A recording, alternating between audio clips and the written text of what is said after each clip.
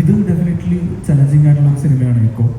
അത് എല്ലാ സിനിമയ്ക്കും അതിൻ്റെതായ ഒരു ചാലഞ്ചസ് ഉണ്ടെന്നാണ് ഞാൻ വിശ്വസിക്കുന്നത്. ഇപ്പോൾ ആലപ്പുഴ ജിംഖാന ചെയ്തപ്പോൾ ഞാൻ ബോക്സിങ് എനിക്ക് ABCD അറിയത്തില്ല, എനിക്ക് ആ ഒരു മാർഷൽ ആർട്സിൻ്റെ ഒരു ലീനേജ് ഇല്ല. അപ്പോൾ അത് പഠിച്ചെടുക്കുക എന്നുള്ളതായിരുന്നു അതിൻ്റെ ഒരു ജിംഖാനയുടെ ഒരു ചാലഞ്ച് എന്ന് പറയുന്നത്.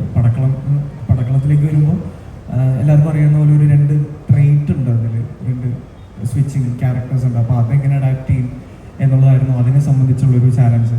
എക്കോയിലേക്ക് വരുമ്പോൾ ഈ സിനിമ സേഫായിട്ട് തീർക്കുക എന്നുള്ളതായിരുന്നു ഏറ്റവും വലിയ ചാലഞ്ച്. കാര്യം നമുക്ക് എന്താ പറയുക, എല്ലാം ആ ടെറൈൻ നമുക്ക് എപ്പോഴും പ്ലീസിങ് അല്ല. ഇപ്പോൾ ബാക്കി സിനിമകൾ വെച്ച് നോക്കുമ്പോൾ കുറച്ചും കൂടെ ഒരു കംഫർട്ടബിൾ ആയിട്ടുള്ള ഒരു ടെറൈൻ ആയിരിക്കും.